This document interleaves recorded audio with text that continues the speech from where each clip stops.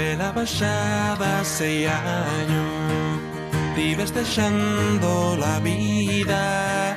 Pendi riba, pendi baixo, goxes macones y paxos, de cazupales a riondes.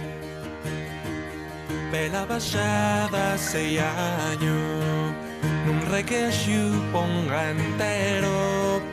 Pendi riba, pendi baixo, el to saber na to fala, y un fardaxao de llamentos.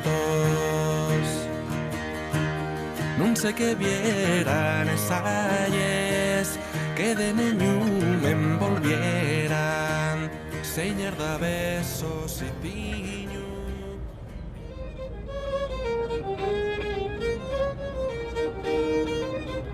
Soy Sonia Tuya, soy la madre de Igor y estamos en el Natahoyo. Aquí vivimos sus primeros 8 años, quizá los mejores años de la infancia de Igor. Era el barrio de su padre. Luis nació aquí, tenía un compromiso grande con el barrio. Era un hombre pues, muy social, muy comprometido con todo lo que fuera lucha social para el barrio. Fue impulsor de la Sociedad Cultural Natahoyo, de la Piscina Santa Olaya. Yo incorporéme al barrio más tarde, hacia el año 60 y últimos del 68. Vine al barrio por la cultural. En aquel momento era donde se luchaba socialmente. Hicimos pareja en el 71. Yo en realidad con los que tenía amistad y era con sus padres, con Sonia y con Luis. Él un día llamóme por teléfono y díxome que bueno, que si podría hacer un favor. Y es que estoy preparando un cómic, una historieta para un concurso de cómics. Y bueno, él comentóme que no tenía ningún problema para hacer los dibujos, pero que los textos en asturiano que costaban bastante, que tenía miedo de cometer faltes. Entonces que si podría yo traducir lo que él me pasara a un asturiano correcto. Yo no recuerdo si lo entamaba con Cigobable, me parece, o el Yapicero, no recuerdo. Conocí a Igor en el año 1990, creo que fue en Xineru. Era todavía menor de edad y era un niño. Acuérdome que fue a recoger el premio acompañado de los sus pais, porque todavía no tenía edad para recibir un premio en metal y que fue el ganador del primer concurso que hicimos de cómics, el Yapicero. Una revistina que creamos entre Alberto Álvarez Peña, Luis Daza y yo 2 años antes. Y una revistina modesta, pero bueno, en torno a ella juntamos una serie de gente que creamos yo creo que un buen ambiente, teníamos encuentros.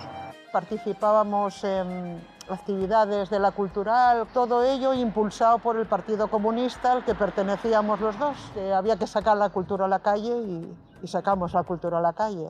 Igor estuvo presente desde que nació en todo esto. Vivió entre la cultural y los chigres, porque era lo que había. Ahí hacíamos exposiciones. Yo que vamos a tomar a casa Pepe el Bueno o al infierno a tomar algo y allí hablando de todas estas cosas. Salía de la cultural, veníamos a cenar a la Carreña, íbamos a hablar la Barca, que está allí enfrente, ahora ya en ruines. En una cafetería donde yo paraba a almorzar, él pasábame en un sobre lo que él escribía, yo llevábalo para casa, tornábalo al asturiano curioso y volvía a desearlo en un sobre. Con lo que se entamó allí un ir y venir de sobres que parecía también una cosa de espías. Yo al final no supe muy bien si él ganó el concurso o no lo ganó. Él ganó el premio, el concurso de cómics yo creo que en 3 ocasiones, por lo menos.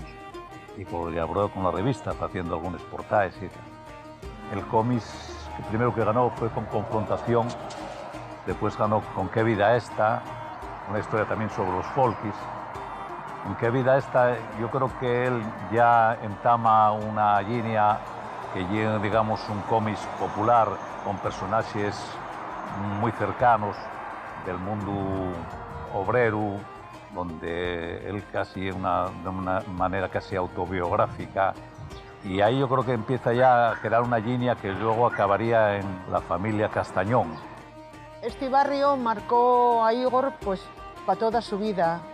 Estuvimos aquí 8 años, luego marchamos a vivir a Monteana y allí la vida cambió.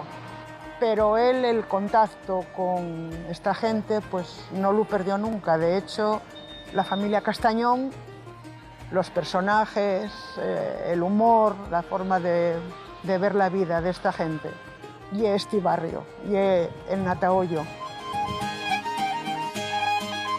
Y una línea que continúa la tradición asturiana de grandes autores como Alfonso Iglesias o Adolfo García, porque retrata a personajes muy asturianos y muy populares, muy reconocibles. Alfonso Iglesias y Adolfo García hacían todavía, digamos, personajes rurales, mientras que él ya empieza a hacer personajes urbanos. La familia Castañón, yo creo que está al autor de esos autores y una joya, digamos, del cómic asturiano. Luego él dibujó para mí, para unos libros que escribía yo para la escuela. Yo tenía un libro de lecturas y entonces él hízome los dibujos, son dibujos guapísimos. Y entonces yo creo que fue un poco el eterno retorno, ¿no? Empezó él pidiendo un favor a mí y terminé yo pidiéndole un favor a él. Levántate, niña, del dulce llorar, la luz de la alborada y andama a portar. Levántate, niña.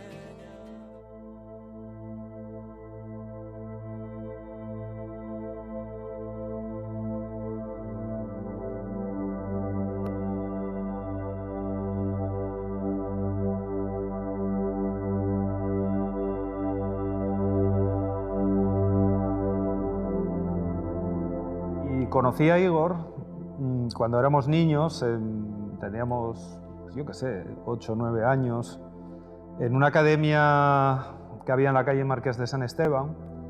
Y recuerdo, el primer recuerdo que tengo de Igor es que yo estaba dibujando una lámina, un cómic, como con personajes como si fueran de Conan el Bárbaro, ¿no? Con bárbaros, como gladiadores, un poco como todos estos hombres de torso desnudo que nos rodean. Y de repente se me acercó un crío con un aparato, con una boca enorme y un aparato, ¿sabes?, de estos de los dientes de los que había antes, y me dice, si le añades gotas de sudor, te quedará más realista. Y entonces empecé a dibujarle gotas de sudor y digo, hostia, este tío controla. Yo a Igor conocí aquí en la Universidad Laboral de la que estábamos estudiando. Lo primero que me llegó antes de conocerlo y de tratarlo en persona fueron referencias, ¿no? Entonces, la primera impresión cuando conocí a Igor y tal, que fue por cómo dibujaba y los tebeos que hacía, pues fue un poco de pasión, ¿no? Porque yo estaba ahí pensando, entonces rumano ya es tan bueno, y que debe haber uno como estos en cada clase, ¿no? En cada grupo. Y claro, y que la cosa no llega tal, lo que pasa que ya era que coincidióme que estaba Igor medio, en la clase de allá. Bueno, conocí a Igor precisamente el primer año que empecé a currar aquí en la Laboral. Él era un alumno entonces de primero de bachillerato y ya se veía un chaval inquieto que además tocaba muchos palos. Ya ganó aquí algún concurso de cómic a nivel del instituto y también formó aquí un grupo que se llama Que Quies Medalles. Nos conocimos en la Facultad de Bellas Artes en Salamanca ya hace muchos años. Y le conocí un poco, pues, la casualidad de ser amiga de Ruma y que ambos estaban conviviendo y mudándose. Y me gusta mucho esa anécdota de el momento en que lo vi, que realmente presentómelo Ruma y él lo que estaba haciendo era calcar un dibujo a la ventana. Cuando ahora mismo, pues, todos sabemos lo buen dibujante que fue Igor, ¿no? Luego ya tuve una relación intermitente con Igor, porque, bueno, yo también hacía guiones de cómic, letras. Empezamos a tener amistad, nos íbamos viendo de Pascuas en Ramos, porque éramos, pues esto, amigos de los que conoces, gente que conoces de eventos, ¿no? Del Festival de Cine de Gijón, que de aquella era el Festival de Cine para la Infancia y la Juventud, que yo estaba de jurado y Igor también estaba de jurado y coincidimos algún año por allí. Primero me parece que la primera colaboración fue cómic. Nos encargaron a Javi Rodríguez y a mí hacer un cómic para el Festival de Cine. Me parece que tema no nos pusieron, algo que tuviera que ver con el cine, y yo decidí hacer una especie de historia del cine español a través de un personaje fantasmagórico que se colaba en distintos rodajes de distintas épocas del cine español durante el franquismo. El dibujante iba a ser al principio solo Javi Rodríguez, pero bueno, acabó metiéndose también Igor Medio, lo cual estuvo muy bien. La verdad es que a mí me proporcionaron mucho placer interactuar con el talento de los dos. Y en el caso de Igor, pues una de las historietas que hizo, pues la verdad es que derramó en ella todo su talento y toda su gracia, ¿no? Arrancaba el bachillerato artístico daquella y era la primera promoción que se iba a hacer en Asturias y tuvo tentado de venir para Oviedo. A la fin él no se decidió, pues quedó en la laboral y yo sí tiré para allá. Pero seguimos teniendo relación, además estábamos con lo de la música, ¿no? Con lo del folk.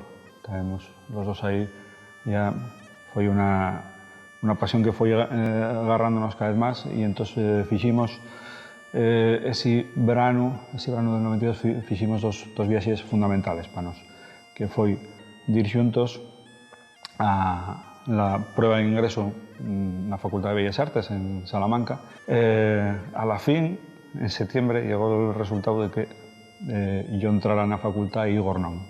Un dibuixante tan solvente como Igor que quedara fuera de la prueba de acceso a Bellas Artes y después en agosto fuimos a Deu hasta el Festival Intercéltico de Lorient, donde seguimos haciendo muchos yazos con mucha xente y fue medrando nuestra pasión por toda esta música. Y él estaba haciendo como una especie de grupo de rock y yo estaba también en esas de aquella, con 19 años, una cosa así, y bueno, conectamos al momento, ¿no? De la que viene para Salamanca ya arrancamos a seguir con lo de la música y también tomaron los años de convivencia con Igor, ¿no? De compartir piso. Pude presenciar un poco su crecimiento tanto musical como con el dibujo.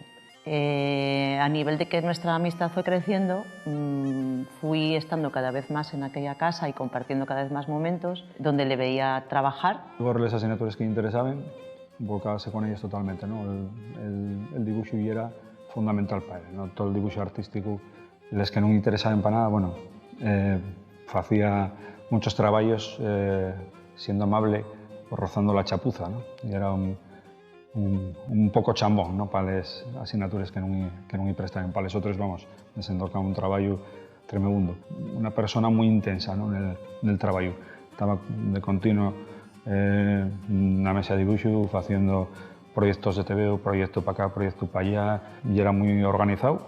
Posaba aquello, agarraba la guitarra y poníase a preparar las clases del conservatorio, que también estaba en el conservatorio, y después el buzuki o la mandolina, y poníase a preparar cosas de las que estábamos preparando con el grupo. Eso también llevaba a ti a trabajar más, ¿no? Lo que nunca tuve fue ni la disciplina que tenía Igor para la música, ni la perseverancia de estar siempre dibujando, ¿no? A mí me gusta mucho reconocer en Igor a una persona que era como ruidoso y también tenía otras parcelas como de mucho silencio. Esa parte ruidosa, pues yo la relaciono pues, con una persona muy bromista, muy desastre. Y luego, por otra parte, pues tenía esa parte de intimista que era ya en la que se encerraba en su cuarto, se pasaba horas dibujando, se pasaba horas tocando. Ese equilibrio le hacía una persona muy especial, sobre todo en aquella época, porque realmente en la facultad pues es que no había gente así. Ya cuando fuimos ya profesionalizándonos como músicos, pues ya en Exires él estaba todo el día con la libreta, estaba todo el día con los dibujos, y entonces era esas pasiones, ¿no? Esa pasión por el carbón del lápiz y ese cantar con esa voz un poco arenosa, ¿no?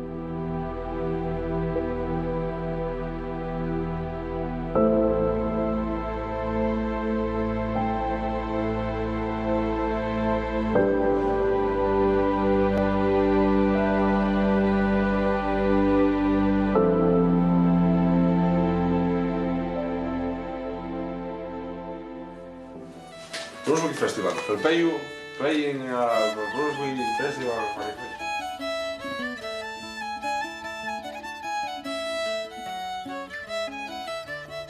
La oportunidad de falar de Igor Medio dende 2022 oferta la oportunidad de medir la estatura de la súa obra, la estatura de la súa ausencia. Recuerdo que lo conocí en el Festival de Lorient del año 90.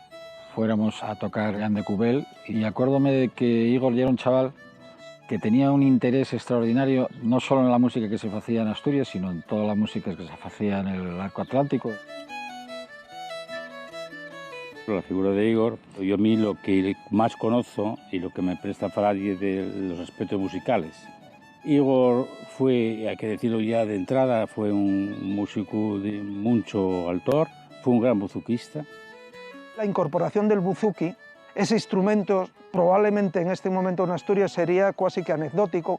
Tiene dos protagonistas fundamentales que son Igor Medio y Elías García, que dio lugar a una escuela asturiana de buzuque. Recordábame un poco a Elías, que fuera nuestro buzuquista, y era xente que furaba por una pared con tal de agarrar las técnicas más avanzadas del instrumento. Igor foi la primera persona que me puso a mí un buzuki en les manes. Abúltame muy complicado entender la música asturiana contemporánea sin el papel que xugó Igor Medio en todo esto, ¿no? Que puso los estándares de calidad a un nivel que no se conocía. Y era una persona con una visión muy abierta al mundo. La fundación de Felpeyo coincide con el principio de los años de vino y roses, más bien de sira y roses, de la música tradicional asturiana. Son unos años fundacionales que coincidieron con lo que se puede denominar la segunda fola celta, un interés inédito por las músicas tradicionales, ¿no? Precisamente por la relevancia de un grupo como Felpeyo y de una persona como Igor, fue casi como surfear una fola y generar opciones de futuro. Y lo que aportó fue sobre todo una visión arraigada a la tradición y al canto, ¿no? Yo creo que la gran diferencia de Felpeyo con otros grupos y es que precisamente la canción formaba parte de los fundamentos del folk que ellos hacían, en folk acústico. Seguían un poco el mismo tipo de estilo folk que nos gustaba en Jan de Cubel, pero tenían un toque diferente. Ellos inspiraronse en este universo que había creado Jan de Cubel, pero con una gran personalidad per a su parte. Y Igor fue capital en el desenvolvimiento de esta estética con Felpeyo. Igor agarró un sonido que ya estaba afitado na escena asturiana, un sonido acústico, y Igor lo que fixo fue agarrar todo eso, llevarlo al soterrén y darle una personalidad muy marcada. También lle la otra faceta individual de Igor, que lle la de productor, una persona que no paraba de dar vueltas a la cabeza y de generar acontecimientos. La producción es muy importante porque es concebir proyectos y desentrocarlos. Y yo creo que en el caso de Igor ahí está el trabajo suyo con el proyecto con Lisardo Prieto. Crearon el grupo Dual, una manera de abordar la música tradicional y el folk un poco diferente, lo que se dio en llamar folk de cámara. El disco de Dual tiene el origen en torno al 99-2000 en relación con los conciertos de la casa natal de Jovellanos, que se plantea la idea de vamos a trabajar un repertorio más íntimo, ¿no? Más de cantautorio. Por las características no veía posibilidad de musicarlo con Felpeyo, un poquitín más libre, no tan atado a una formación con más instrumentos melódicos, donde ya tiene que estar más sujeto y de cierra un poquitín esa creatividad. ¿Y por qué es importante folk de cámara? No solo por generar un escenario con un formato acústico muy atractivo, sino también porque de los primeros años de folk de cámara salieron grupos que son en este momento imprescindibles a la hora de entender la densidad de la música tradicional asturiana de anguaño. Yo creo que también tuvo mucho que ver también el momento musical de Igor, que estaba en pleno apogeo, yo creo, después del ya con Felpeyo, y que era una manera también de dar un poco rienda a la creatividad que tenía en ese momento. Y la gente sabe que Asturias tiene una música tradicional muy potente, tiene una lingua, tiene una cultura y tiene una serie de rasgos que merece la pena conocer, respetar y que son perfectamente exportables, como demostró Igor llevando la música pues, a los requeixos del mundo donde la llevó. Que el Igor músico, el Igor instrumentista sigue siendo un referente tanto en Asturias como fuera de Asturias y sigue habiendo xente que sigue la su estela, que sigue el su estilo y que por eso Igor y la música de Igor van a seguir vives muchas generaciones.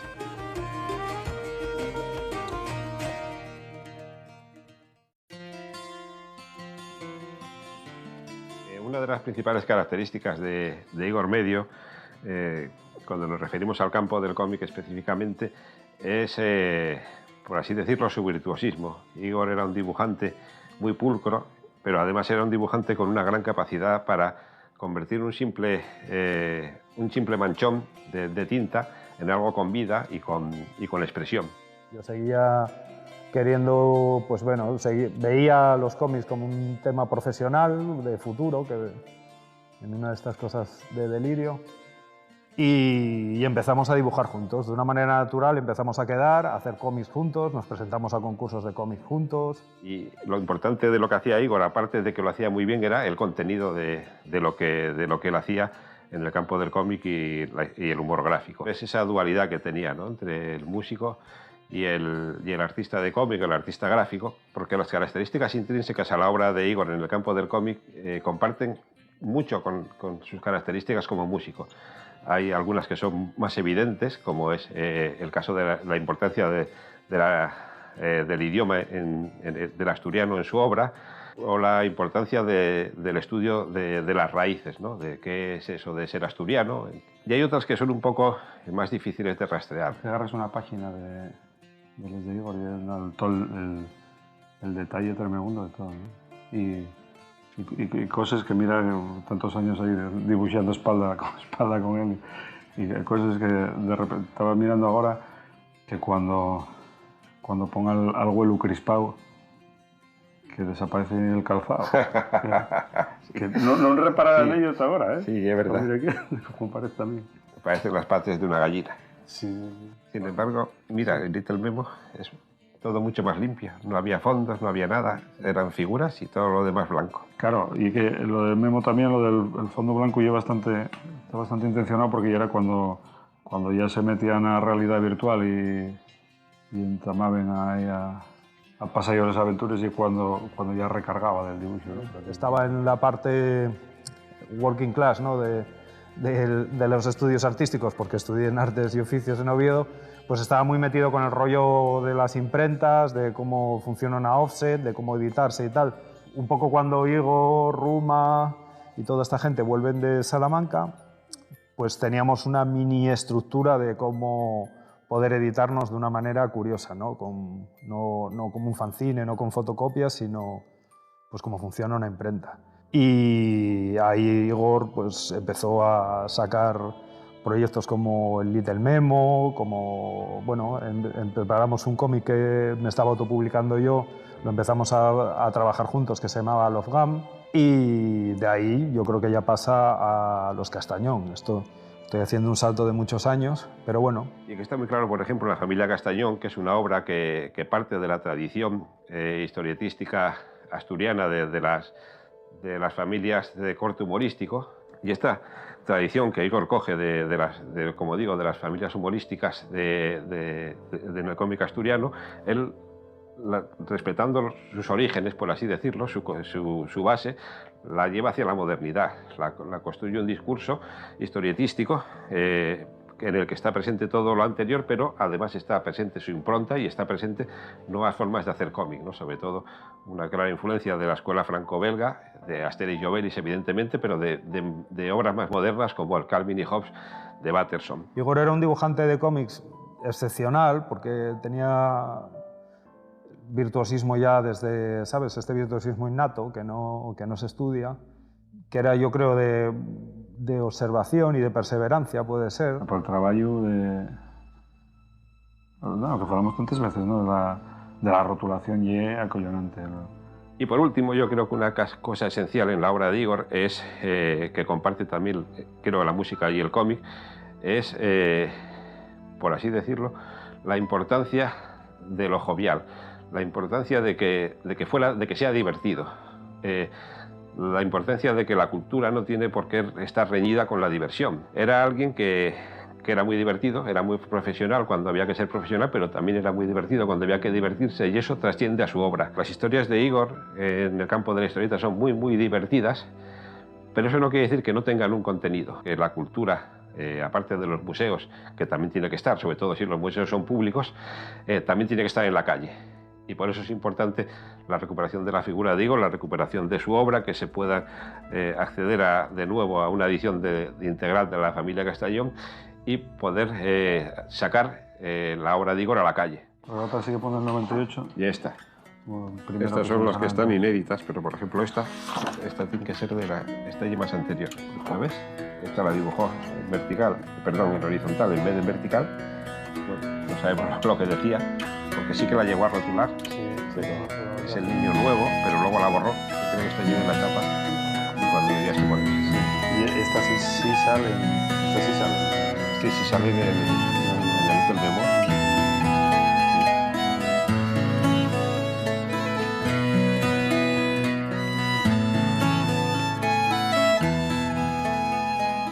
Decían los teóricos franceses que el arte non ya una ferramenta en sí mesma, sino que ya una ferramenta para trazar líneas de vida. Si de algo fizo Igor Medio foi precisamente trazar esas líneas para que todos los que vinimos después fuéramos transitando por esos caminos de manera mucho más fácil, ¿no? Estamos en la Carballera de los Maizales. Para mí, para mi familia, significó pues, unos años intensísimos de lucha social y cultural. Una de las cosas que se gestaron a la vez que Igor, en el año 1972, en esta Carballera, fue el Día de la Cultura. Empezamos con aquella aventura nosotros solos. Al año siguiente, afortunadamente, ya se sumó la Cultural Gijonesa, Pumarín, Amigos de Mieres, Delta, culturales que eran afines, y siguió haciéndose el Día de la Cultura durante bastantes años. Yo conocí a Igor, conocílo en Bretaña, precisamente. El año 90, en el Festival de Lorient, estábamos hospedados ahí en un sitiaco en el pico, cada cual tiró por un camín, y el de él era la música y el cómic, yo los propios estudios lingüísticos. Ese fue el punto de conexión. Igor era un músico que forma parte de esa segunda generación de la gente que utilizó siempre el asturiano como lengua vehicular, y era muy importante para la lucha por el país, la lucha por la cultura nuestra y la defensa de una lengua menorgada y mesmo ridiculizada durante muchísimo tiempo. Vivimos en una sociedad en la que falar asturiano y es síntoma de probitud y de ruralidad. Y pues tratábase de hacer cosas con el asturiano como protagonista. Reivindicar el asturiano y una revolucionina social también. Y poner arriba lo que está en baixo. Y eso encuentra muchas resistencias. Resistencias de tipo político, de tipo social. De aquella, el Partido Comunista tenía como consigna que la cultura era de todos. Era un arma política muy potente, pero tenía que ser un arma social. Igor creció con los días de la cultura. Igor estaba en las reuniones y cuando estábamos aquí, Igor jugaba, corría por aquí, hízose amigo de los músicos y creció con esa influencia de que la cultura no es patrimonio de nadie, la cultura es compartila con la gente. Yo no tuve la suerte de poder conocer a Igor Medio, pero soy de esa generación que a anguaño somos músicos y músicas y debemos muchísimo a la súa labor cultural en general. Pienso que era una persona culturalmente muy comprometida, heterogénea, y eso hizo que su proyecto musical marcara una línea definitiva en lo que viene siendo la estética o la forma de entender de una manera muy plural y abierta la música tradicional asturiana. Felpeyu hizo sonar Asturias como la gente que estábamos entamando por allá por los finales de los 90, los 2000, la Asturias que él nos estaba contando a través de la su música y era la Asturias que nosotros queríamos escuchar. Sentirnos como que estábamos participando en algo común que nos estaba definiendo como pueblo fue algo impagable. Y el segundo disco, que también grabó Fonastur, fue Tierra, la reivindicación de los raigaños, de donde venimos y a dónde vamos. Y sobre todo esa utilización del asturiano con el caso de Felpeyo y era absolutamente fundamental, puesto que cantaban mucho. Hay algunas canciones que quedaron para la historia como emblemáticas, ¿no? Los Falleiros de Mayo, por ejemplo. Y entonces... Yo pienso que Igor abrió caminos que hasta entonces no se estaban abriendo. Faer que xente que non tienen absolutamente nada que ver con la música asturiana ni con la tradición puedan decir a día de hoy que la su canción favorita son los Falleiros de Mayo de Felpeyo. Y mellor política cultural que esa non la hai. Pienso que lo que hay que hacer es llevarlo de baixo para arriba. El asturiano sálvase potenciando a quien fala asturiano. Y esa es la revolución y ese es precisamente el foco, el motivo de las resistencias. Para mí casi emocionante acordarme de aquella época y de la figura de Igor y de todos los músicos que trabajaban construyendo prácticamente una familia que tenía mucho en foto en el país y mucho en foto en la lengua de nos. Para mí lo más importante que nos dejó a todos los que vinimos detrás fue un camino muy abierto para poder hacer lo que estamos haciendo anguaño, que llegó a nosotros sin siquiera nosotros haberlo conocido, ¿no? Una de las peores cosas que puede pasar a cada uno de nosotros es la pérdida de la memoria, ¿no? Que la gente no se acuerde de dónde vienen las referencias y de lo mejor que se hizo de música asturiana tiene que ver con esa estética del folk y en concreto con el caso de Felpeyo y con el caso de Igor Medio Tuya.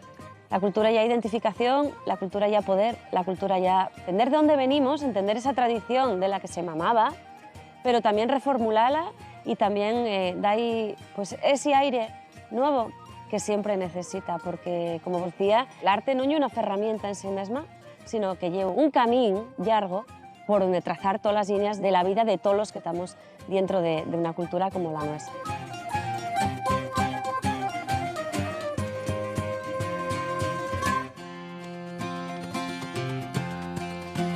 La flor de la cerezal que prende la primavera, el cantar de los carballos y el viento que lo lleva, el lago de los dos huellos, aufa y remolina el tiempo, los pegollos que sostienen colleches de amor y empeño, de ellos poso el corazón. En ellos pongo la esperanza, la gran azul del futuro y la flor de la corza.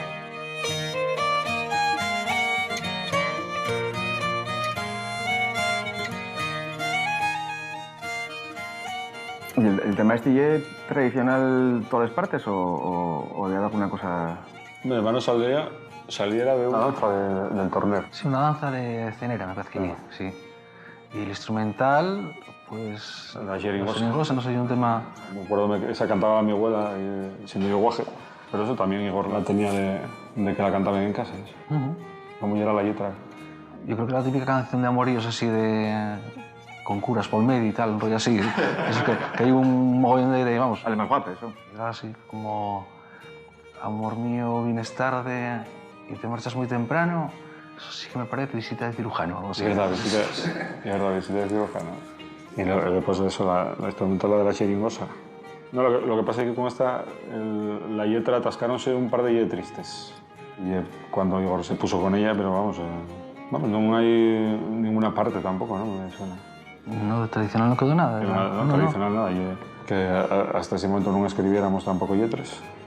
Pero, hostia, del 97 pasó con Tierra, que claro, tuvimos mucho tiempo cantándola antes de que viniera la letra, y era el estribillo tradicional, decía tuve amores en la oscura y también los tuve en clara, o algo así.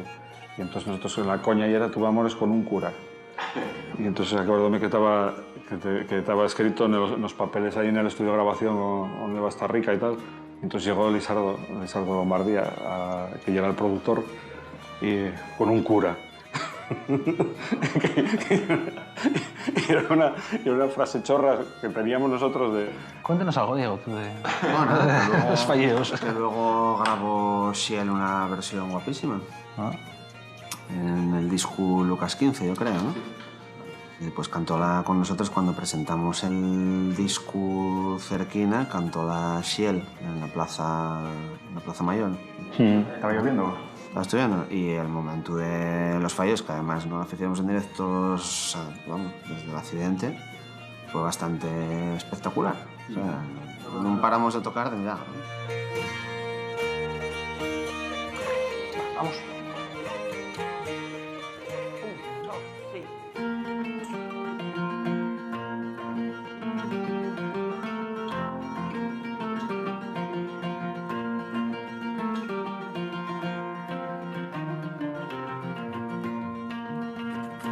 Las luces de la ciudad, India en Mercado la Mar, hasta la playa Badera, donde el carbón y la arena se abracen una vez más.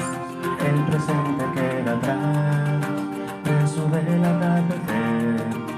Pasan ciegos un momento, y oigo como en un llamento la voz de la soledad. Andarina, vienes tarde, Andarina, vienes tarde, vestida de sol y orvallo, traes oro y plata, traes a los falleos de mayo. Entre nubes del Robín, siento la alma mineral, traballada ante engaños, apagada